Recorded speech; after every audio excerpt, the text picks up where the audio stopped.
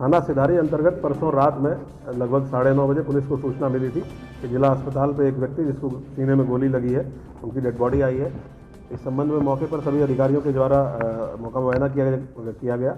इस संबंध में एक धारा 302 के अंतर्गत वादी की तहरीर पर मुकदमा पंजीकृत किया गया था। इसके खुलासे के लिए 3 टीमें हम लोगों के द्वारा लगाई गई थी। आज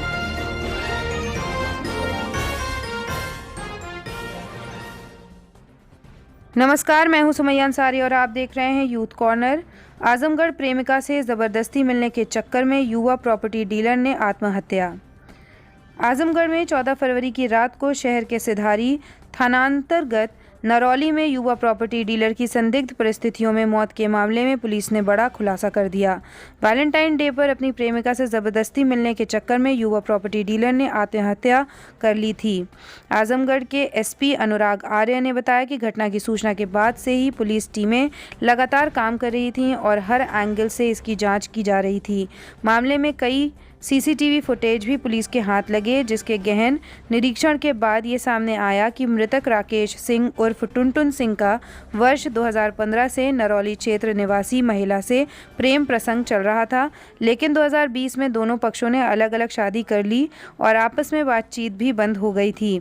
शादी के 2-3 महीने बाद ही अपनी प्रेमिका को फ़ोन पर कॉल कर माफ़ी मांगते हुए फिर से संबंध स्थापित करने का प्रयास किया, लेकिन महिला ने अपने वैवाहिक जीवन को देखते हुए मना कर दिया। लेकिन टुनटुन निरंतर संबंध बनाने का प्रयास करता रहा और अपने पति को छोड़ने का दबाव बनाने लगा। क्योंकि प्रेमिका यहाँ पर अध्यापिका है, उसको अपने ससुराल जाने की बात करती थी तो उस पर काफ़ी गुस्सा हो जाता था।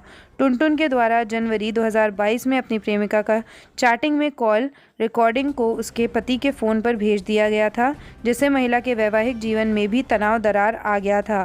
प्रेमिका की छोटी बहन के माध्यम से ही महिला से वार्ता करने का निरंतर प्रयास करता था। 14 फरवरी को वैलेंटाइन डे होने के कारण नरौली मोहल्ले में लगभग शाम 7 बजे पहुंचकर ज़बरदस्ती दबाव बनाकर उसे वार्ता की और मिलने की इच्छा जाहिर की। महिला ने मना किया तो घर में घुसकर महिला के परिजनों को सब कुछ बता देने की धमकी देने लगा। महिला के फ़ोन काट देने पर उसके घर के पास कार खड़ी कर कार में बैठकर तमंचे से हवाई फायर भी किया। इसके बाद भी महिला के ना मानने पर थोड़ी दूर गाड़ी ले जाकर अवैध तमंचे से अपने सीने पर गोली मारकर आत्महत्या कर ली। वहीं दूसरी तरफ महिला तंग आकर टुनटुन के भाई प्रभाकर व राजीव सिंह को फ़ोन कर सारी बात बताई और समझाने।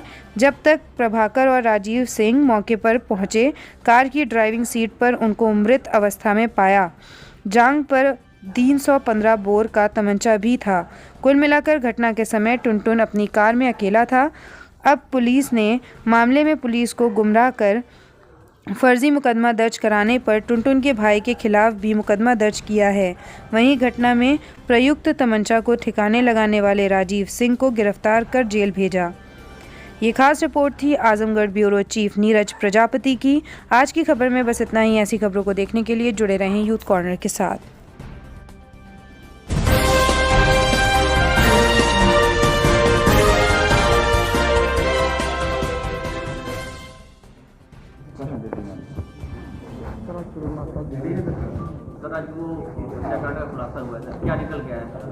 थाना सिधारी अंतर्गत परसों रात में लगभग 9:30 बजे पुलिस को सूचना मिली थी कि जिला अस्पताल पे एक व्यक्ति जिसको सीने में गोली लगी है, उनकी डेड बॉडी आई है।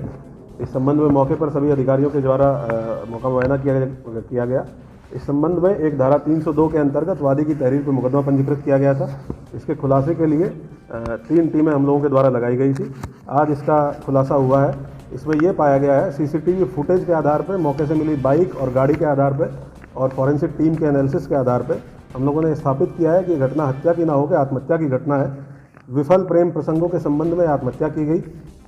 पूरा डिटेल्स इस केस के ये है कि जो मृतक है उनका लगभग 2 साल से ऊपर से एक महिला के साथ संबंध था। दोनों लोगों की आपस में बातचीत होती थी, लेकिन दोनों की 2020 में शादी होने के कारण दोनों के संबंधों में आपस में दूरी हो गई।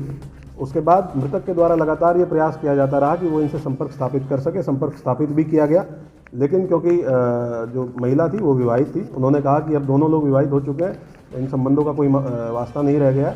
ये प्रयास लगातार किया जाता रहा। इस साल जनवरी में मृतक के द्वारा जो कुछ फोटोग्राफ्स और वीडियो उसके पास थे, वो महिला के पति को भेज दिए गए और ब्लैकमेल करने का प्रयास किया गया, जिसमें महिला द्वारा ऐतराज़ किया गया। 14 तारीख को भी इसी प्रकार की एक घटना हुई, जब शाम के टाइम लगभग 7 बजे ये महिला के आवास के बाहर गए अपनी गाड़ी से और महिला को कॉल किया और मिलने के लिए और बात करने के लिए प्रेशराइज़ किया। जब महिला के नंबर पे बात नहीं हो पाई तो महिला के बहन के नंबर पे कॉल करके वार्ता की गई और सीसीटीवी फुटेज में साफ आया है कि उसके घर के पास में एक अवैध असलाह से गाड़ी से बाहर हाथ निकाल के हवाई फायर किया गया ताकि प्रेशराइज किया जा सके बात करने के लिए।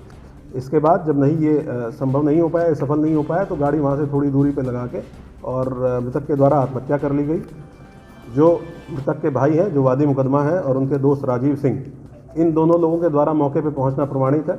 सीसीटीवी फुटेज हमारे पास उसका है। जिस बाइक से गए वो बाइक भी पुलिस के द्वारा बरामद कर ली गई है और मौके से गाड़ी में खुद चलाते हुए दोनों लोगों के द्वारा हॉस्पिटल गाड़ी को ले जाना और हॉस्पिटल में डेड बॉडी को रखना, ये दोनों चीज़ें प्रमाणित हुई हैं।